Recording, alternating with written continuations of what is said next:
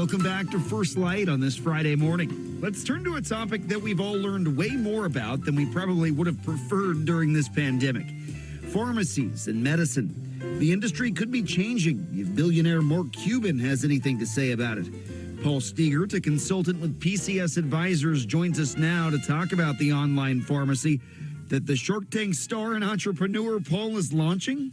Yeah, he is launching a pharmacy that I think could be a real disruptor to our business. It's going direct to the manufacturers for drugs. He's starting with 100 generic drugs and then marking them up 15% and selling them to the consumer, cutting out all the traditional middle players that add most of the waste in our system. You talk about the markup of 15%. Some may say, well, that's relatively high. Well, that's nothing compared to what some of these big pharmaceutical companies are doing. At times, they jack them up by 100 or 1,000 times? Yeah, very easily. If you use insulin as a quick example, most commonly prescribed insulin right now, Humalog by Eli Lilly is about $550 a month. Monthly supply, 60% of the total is waste that's added by middle players. And I'm not even talking about people in the real supply chain. That doesn't go to the manufacturer of the drug, doesn't go to the wholesaler or the pharmacy. It's other middle players that are just, unfortunately adding a lot of cost for our consumers. So Mark Cuban's company's going straight to the manufacturers, buying it and then selling it for 15% markup, which is a lot cheaper. But now these are generic drugs, right? So what's the difference there? I know this is kind of starting slow for Cuban. Yeah, I think that's a really smart approach that he's taking. He's going after these generic drugs at first, which is not going to hit the big profits of big pharma. So I think that's smart because he'll probably face less opposition in getting it going. And then it wouldn't surprise me at all if he then expanded the model to go after some of the higher dollar brand and specialty drugs that can be $5,000 a month, $10,000 a month, or even more. There may not be a clear answer to this, but why is this resolution, and we'll see if it pans out to be a solution here in the long term, but why is it taking this long for this to happen? How have the insurance companies been raising prices by 100, 1,000% for so long without an alternative like this? Well, we don't really have a free market in healthcare in this country right now. We allow these players to operate without transparency traditionally. The fact that 60% of the cost of insulin is waste is not a well-known fact, but it's the reality that we're dealing in. And everybody that stands between the drug manufacturer and the consumer is benefiting from that waste. And we could go into political giving and so many other reasons why it hasn't changed.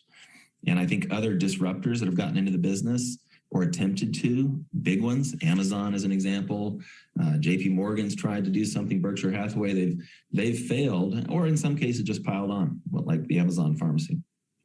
Yeah, so this is kind of a David and Goliath thing. Now, not to call Mark Cuban David because his pocketbook may, counter that argument. But still, this is the little guy. This almost is like big tech going up against big pharma. It really is. If you look at, and there's some real genius to what he's doing, real quickly, if you're a pharmacy and you take insurance, you're not allowed to determine what your own cash price is for a drug. So if someone wants to buy it for cash, that gets dictated to you by the insurance industry. So montelukast is a good example of this. It's a generic for allergies and asthma. The insurance price, if you go with your insurance, they're going to fill your prescription for 90 days for $25. But if you say, well, can I just buy it cash? They're not allowed to offer a fair cash price. They have to give you what the insurance company told them, which is $400 for that 90-day supply. Yet if you don't take insurance and you determine your own cash price, you could be profitable as a pharmacy selling that drug for $34.50 for a year supply.